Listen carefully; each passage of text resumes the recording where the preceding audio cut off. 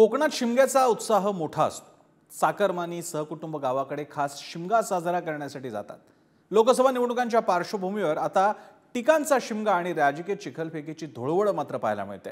महायुतीचे उमेदवार नारायण राणे आणि मवियाचे उमेदवार विनायक राऊतांसह पक्षश्रेष्ठींमध्येही ही धुळवड बाह्य सावरत घडताना दिसते। पाहूया शिमगा आणि धुळवडीविषयीचा खास रिपोर्ट।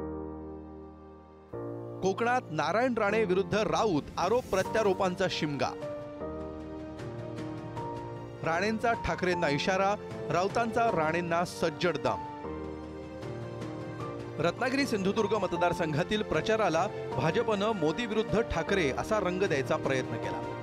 मात्र भाजपची हीच प्रचार नीती कोकणात चालताना दिसत नाहीये। कारण तळकोकणातील रत्नागिरी सिंधुदुर्ग मतदारसंघात आत्ताही राणे विरुद्ध ठाकरे अशीच रंगत पाहायला मिळते। अगदी 4 दिवसांपूर्वी उद्धव ठाकरेंनी फडणवीसांवर बोचरी टीका केली आणि त्यानंतर भाजपचे उमेदवार नारायण राणेंनी ठाकरेंना थेट घरचा रस्ता दाखवण्याची धमकीच दिली। तुमची हालत जी आज झालेली आहे देवेंद्रजी फार वाईट आहे। आज चरफडून ते काय बोललेत, हे उद्धव ठाकरे भ्रमिष्ट झालेत। आधी म्हणाले अमित शहाना कुठल्या तरी खोलीत घेऊन गेले, नंतर म्हणाले देवेंद्रनी शब्द दिला। अहो देवेंद्र, जनाची नाहीतरी मनाची ठेवा, दोन्ही तुम्हाला नाहीये, आम्हाला माहितीये। लाज लज्जा सोडलेला कोडगा माणूस आहे। तर आमच्या देवेंद्र बद्दल ज्या भाषेत बोलला ना त्याला उत्तर आहे। सहसा आम्ही देत नव्हतो, पण त्याचं कमी होत नाही।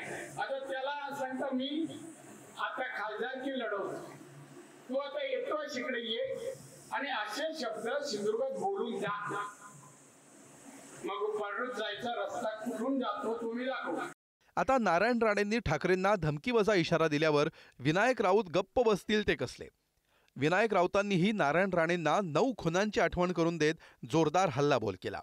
आम्ही सुद्धा मेलेल्या आईचं दूध प्यालेलो नाहीये, कारण उद्धवजींना रस्ता दाखवण्याची अवकाश अजून तुमच्यामध्ये आलेली नाही। आजही पूर्वीच्या चेंबूरच्या नाऱ्याच्याच आविर्भावामध्ये वावरत आहे हे सिद्ध झालेलं आहे। म्हणजे मागच्या 10 वर्षाच्या पूर्वीच्या राजकारणात याच दादागिरीच्या भाषेने या सिंधुदुर्ग जिल्ह्यामध्ये 9 जणांच्या हत्या झाल्या होत्या।